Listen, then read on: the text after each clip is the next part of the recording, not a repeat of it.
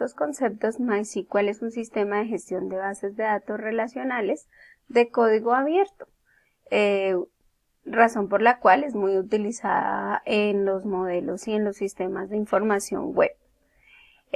Se maneja con un modelo cliente-servidor y está utilizado para crear y administrar bases de datos en un modelo relacional. Para los ejercicios que realizaremos en nuestras bases de datos, vamos a trabajar Workbench, que pueden consultarlo en internet o en próximos tutoriales. Bueno, las sentencias de MySQL las dividimos en dos partes. La primera son los comandos DDL, que son las sentencias que se utilizan para crear y modificar la estructura de la base de datos, como las tablas y otros objetos. Entre ellas tenemos create, alter, drop y truncate. Y más adelante vamos a ver los comandos DML, que son los comandos de manipulación de datos del sistema. Entre ellos tenemos un select, insert, update y delete. Bueno, el primero se llama create, nos sirve para crear los objetos en la base de datos, como crear la base de datos o crear las tablas. Alter nos permite modificar la estructura de los datos. Drop me borra objetos de la base de datos y truncate elimina todos los registros de la tabla, incluyendo todos los espacios asignados a esos registros. Vamos a ver un ejemplo. Este ejemplo es de Workbench. Está realizado en Workbench y contiene 5 tablas: la tabla cliente, la tabla venta, la tabla usuario, compra y la tabla detalle venta. Este ejercicio es para carácter educativo, entonces pues vamos a empezar a ver ya con Workbench instalado cómo se empiezan a crear las bases de datos.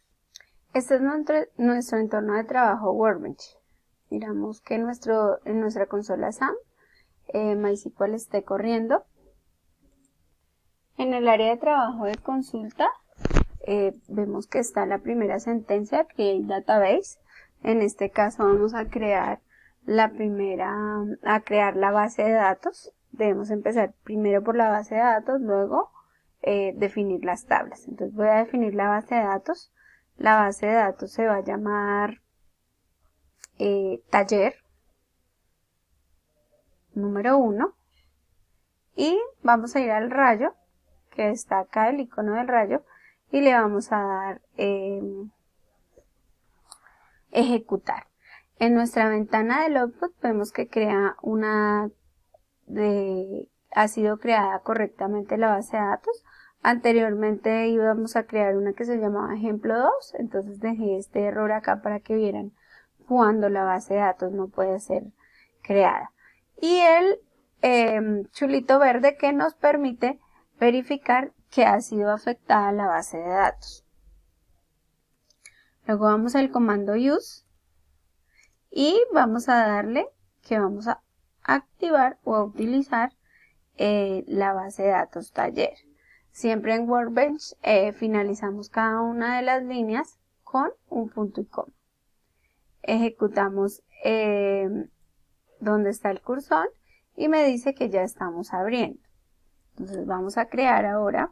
Correctamente está nuestro error acá. Vamos a limpiar para que podamos ver posteriormente nuestros errores o nuestros aciertos dentro de la base de datos.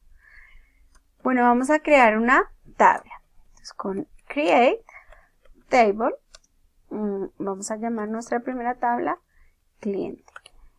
Para no demorarnos tanto, voy a pausar el video para escribir todos los campos o columnas de nuestro archivo.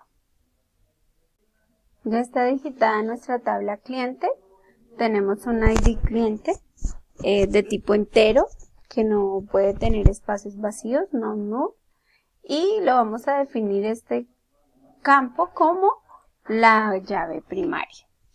Luego tenemos un campo documento cliente de tipo varchar, cadena de caracteres de 15, nombre de cliente varchar de 40, apellido cliente varchar de 40, dirección del cliente varchar de 50, teléfono lo definimos como un varchar de 15, porque pues no se puede definir de esta manera para el ejercicio así, pues porque no vamos a hacer operaciones matemáticas con él. Por ahora lo vamos a dejar varchar.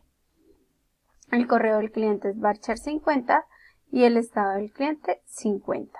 Vamos a ejecutar o a crear dentro de la base de datos nuestra tabla cliente. En efecto, en la ventana del output tenemos que ha sido creada. Nuestra siguiente tabla es la tabla usuario, que hereda, digamos que todos los campos anteriores. Ya, obviamente está digitada con anterioridad. Vemos que el campo ID usuario es un campo integer non null, que es nuestra llave primaria. Definimos los datos. Adicional a eso le creamos un usuario y una clave de usuario, un tipo de usuario y la fecha en que el usuario ha sido creado. Este es de tipo date y de tipo long block vamos a crear la foto del usuario. Creamos la tabla y obviamente se crea, porque pues ya hemos revisado que no tengamos errores. Vamos a crear la tabla venta, también con su respectiva llave primaria. Tenemos un nuevo campo, que es el campo fecha, ya lo habíamos utilizado, y el subtotal nos permite definir decimales, así como también IVA venta y total venta. Y en la parte de los iniciales, entonces tenemos una llave foránea y tenemos que la llave foránea es de la tabla cliente y la referencia que tiene es que es de la tabla cliente y el campo es ID cliente. La llave foránea es ID usuario de la tabla usuario y ejecutamos nuestra tabla. Bueno, vamos a ejecutar nuestra tabla venta y se ha creado nuestra tabla venta. En la parte de abajo de la tabla encontramos un complemento adicional de MySQL. Es un motor de almacenamiento que puede manejar operaciones de MySQL y nos sirve para almacenar y administrar información dentro de la base de datos. Para esto sirve Engine. Engine tiene varios tipos. El InnoVD o el InnoVD proporciona tablas seguras para transacciones, admite restricciones de integridad referencial para las llaves foráneas y permite confirmación, revisión y recuperación ante los fallos para proteger los datos. Es recomendable que consulten las funciones o las características del InnoVD. Bueno, vamos a crear la tabla compra. Nos dice que tiene un error en la primaria y es que aquí nosotros debemos definir ID usuario, como lo corregimos en la tabla de arriba, debemos definirlo nuevamente dentro de nuestra tabla. Recordemos que es un entero y creamos la tabla. Antes de crearla o antes de ejecutarla vemos que aquí termina en coma y quitan los dos errores o se desaparecen las X que están acá. Vamos a ver si ejecuta. Listo. Ejecutada la tabla, revisamos esta, nos falta ID venta de tipo entero, coma, creamos la tabla, ejecutamos, ha sido creada con éxito, aquí vemos un paréntesis y finalmente hemos creado todas nuestras tablas. Ahora vamos a crear nuestro modelo. Nos vamos a el menú Database, Ingeniería Inversa o Control R y vamos a seguir los pasos.